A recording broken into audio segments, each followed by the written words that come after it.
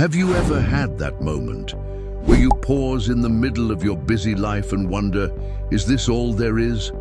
That subtle but persistent feeling that somewhere along the way you lost connection with the most essential part of yourself.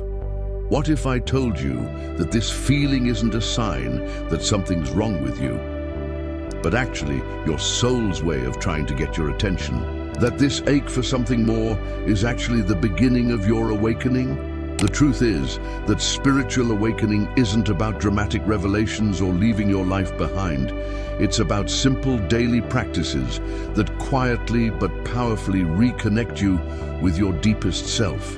And today, I'm going to share with you 3 transformative practices that have helped thousands of people, including myself, awaken to their true potential.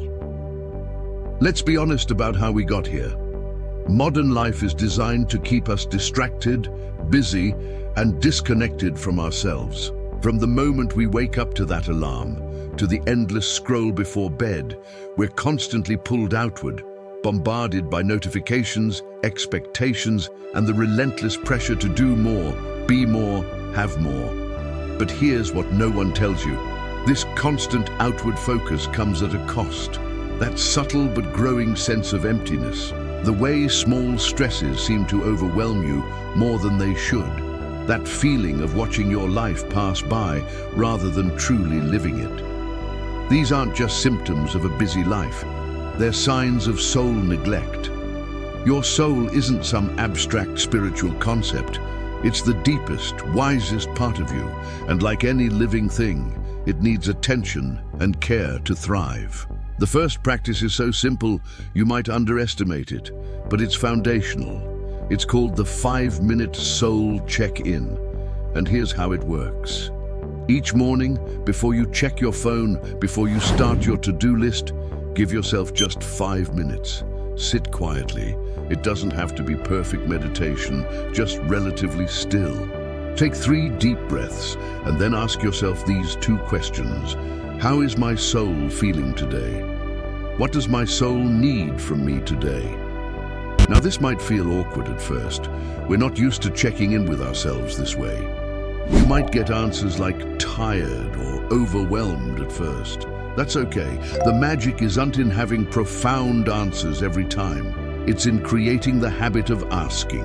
After doing this for just 1 week, you'll start noticing something remarkable.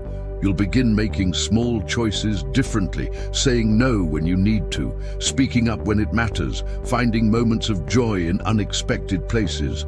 This is your soul starting to guide your life again. The second practice takes the common idea of gratitude journaling and transforms it into something much more powerful. Most gratitude practices stay at the surface level. I'm grateful for my home, my job, my family. While these are beautiful, they often miss the deeper opportunity. Here's the upgraded version. Each evening, take just 2 minutes to reflect on one experience from your day. Not necessarily the biggest or most obvious one. Then ask, what did this experience reveal to me about? The kind of person I am? What truly matters to me? How life works in beautiful, unexpected ways? For example, maybe you got stuck in traffic. Surface gratitude would be, I'm grateful I arrived safely. But soul-level gratitude might be, this showed me my patience. It reminded me that rushing rarely changes outcomes. It gave me time to listen to that podcast that inspired me. This practice does something remarkable. It trains you to find meaning in everything, not just the highlight moments, but the ordinary ones too. And when you can find meaning everywhere, you're never truly lost. Now, we come to the practice that most people avoid, but that holds the most transformative power. It's called shadow work, and despite the dramatic name, it's actually quite simple. Your shadow is just the parts of yourself you've learned to ignore, suppress, or feel ashamed of. Maybe it's your anger, your sensitivity, your unconventional dreams. Society tells us these parts are bad or unacceptable, so we lock them away. But here's the truth your soul knows. What you suppress does not disappear. It controls you from the shadows. Here's how to begin reclaiming these lost parts. Once a week, ask yourself, what emotion have I been avoiding feeling? What part of myself have I been hiding lately? If I could express one truth without consequences, what would it be? You don't need to act on these answers immediately. The healing is in the acknowledgement. When you do this consistently, you'll start noticing you have more energy, more creativity, and more authentic confidence.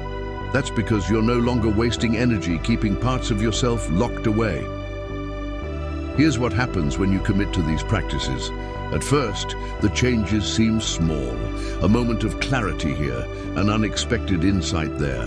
But over time, these accumulate into what can only be called a transformation. You'll notice you're making decisions differently, not from fear or obligation, but from a deep sense of knowing. Relationships start to shift. Some grow deeper, others naturally fall away.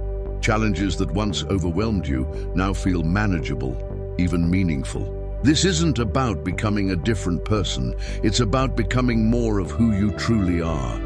Your soul doesn't need fixing. It needs remembering. So here's my invitation. Choose one of these practices, just one, and commit to it for the next 7 days. Don't wait for perfect conditions. Your awakening isn't a future event. It's a series of small daily choices. If this message resonated with you, please like this video. It helps others find it. And leave a comment with the word awakening. I'd love to hear which practice calls to you. Remember, the life you're yearning for isn't somewhere out there. It's waiting to be uncovered right where you are. All you need to do is begin.